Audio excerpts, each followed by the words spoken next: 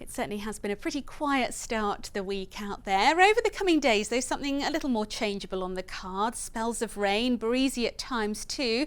But despite one or two overnight frosts, still for the most part on the mild side for the time of year.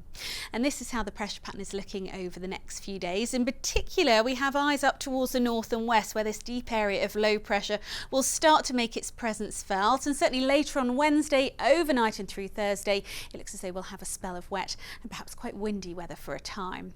Out there at the moment, though, things looking pretty quiet. It won't be until later in the night where we'll see more in the way of cloud and perhaps some pockets of rain or drizzle drifting in from the west. Ahead of that, though, we keep a southerly breeze and that will keep things mild, so temperatures for some of us actually staying in double figures. And then tomorrow, well, rather a grey day on the whole. Make the most of any brightness where you find it. We will continue to see some pockets of rain and drizzle on and off through the day, but this will slowly edge eastwards and perhaps later on a little bit of very late brightness creeping in across the likes of East Sussex. Temperature-wise, similar to today, but it will feel a little bit fresher with winds taking more of a northwesterly turn.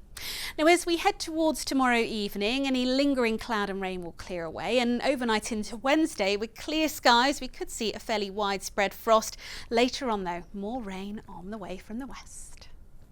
Well, it has been pretty settled out there today, but things are going to be on the changeable side as we head through the rest of this week, quite breezy at times as well. Having said that, aside from one or two overnight frosts, on the whole, temperatures remaining above where we'd expect them to be for the time of year.